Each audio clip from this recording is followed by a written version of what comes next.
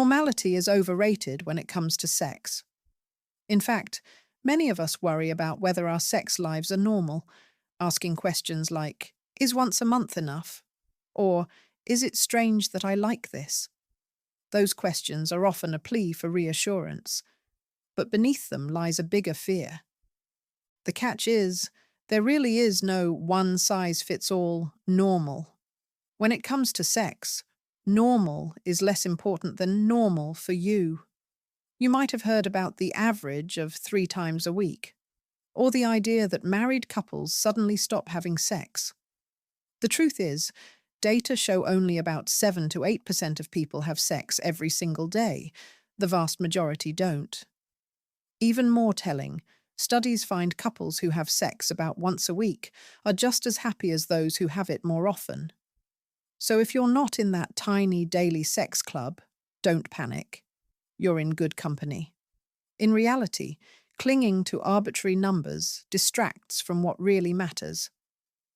Sex isn't a math problem. What matters is how it feels. Numbers can't tell you if you feel safe, loved, and present with your partner. So when you ask, is our sex life normal? Remember, the question itself can be misleading. What really counts is emotional connection, not checklists. Think about it this way. Maybe you've set the mood with candles and music, hoping for fireworks, but instead, you find yourself overthinking. Is this the right move? Does my partner even enjoy this? Am I doing it correctly? Those thoughts bring tension, not pleasure. In fact, experts note that instead of feeling free and connected, many people feel self-conscious and under pressure during sex. You chase confidence by memorizing moves or comparing yourselves to some ideal, and it feels like a performance. But what if the secret isn't in doing more, but in thinking differently? As Marty Klein's sexual intelligence suggests, better sex comes not from mastering techniques, but from understanding ourselves. Try shifting the focus. Stop obsessing over technique or frequency, and start tuning in to each other. Communication is key. It may feel vulnerable, but talking about sex can actually be more intimate than the act itself. Consider this striking finding. Only about 9% of couples who aren't comfortable talking about sex say they're satisfied sexually. In other words, if you can't openly discuss your desires, fears, and boundaries, it's really hard to feel fulfilled in bed. When's the last time you shared with your partner what turns you on, or what makes you anxious? Or asked them to share their story? Sharing how you learned about sex, the awkwardness or shame you felt, or what truly feels good, can build trust and closeness. Talking about sex is more intimate than having sex. Those honest conversations are the groundwork for real passion. Emotional intimacy is what makes sex special. Holding hands after a rough day, offering a genuine, "How was your day?" These small gestures lead to bigger intimacy.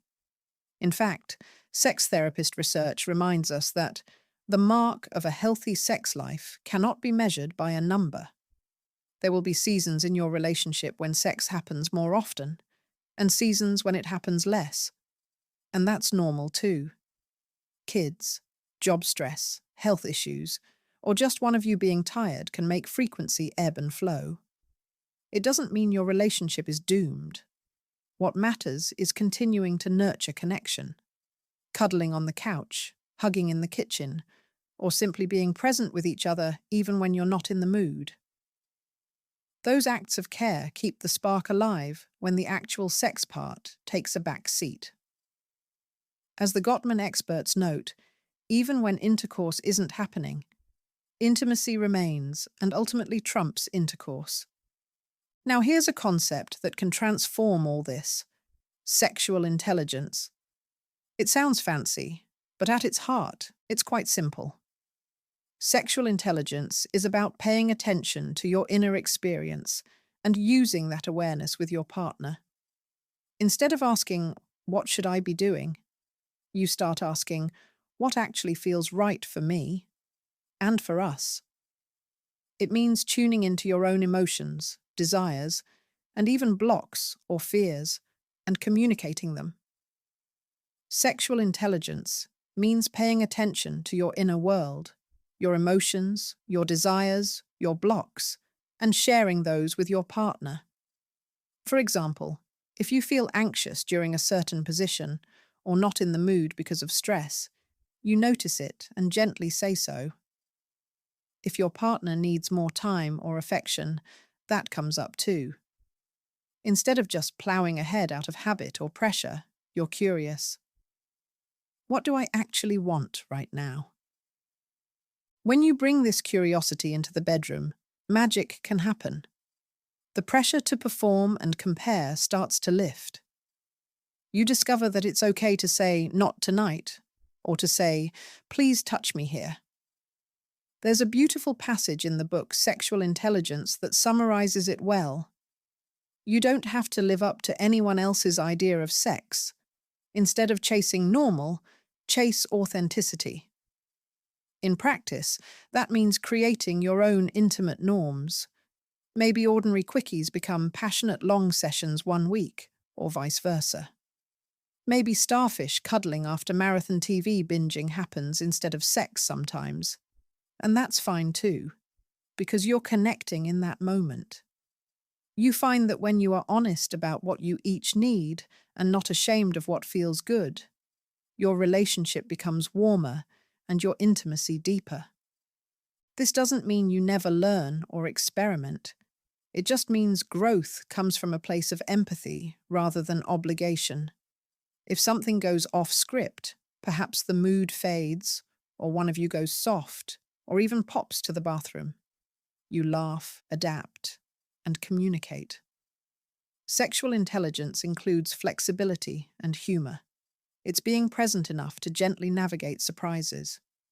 Sexual intelligence shows how we respond when things don't go smoothly, when someone needs to pee, or the mood shifts. It's about flexibility, communication, and a sense of humor. So, if a spontaneous moment of clumsiness happens, you simply smile at each other instead of feeling embarrassed. At the end of the day, the real question isn't, is this normal? It's, is this real for us? Does your sex life reflect who you are as a couple? Are you able to say yes and no freely, to show up honestly, and to support each other? When those answers are yes, that is your own normal. Satisfying, anxiety-free sex lives and real intimacy actually begin when you stop chasing everyone else's rules. When you turn inward and ask what brings you close, that's where intimacy thrives. So tonight, when that old question pops into your mind, are we normal? Try reframing it. Ask yourself instead, are we connecting? Are we open? Are we being ourselves? If your answer is yes, take a deep breath. Your sex life is exactly as it should be for the two of you. The only normal sex life is the one that feels honest and loving to you.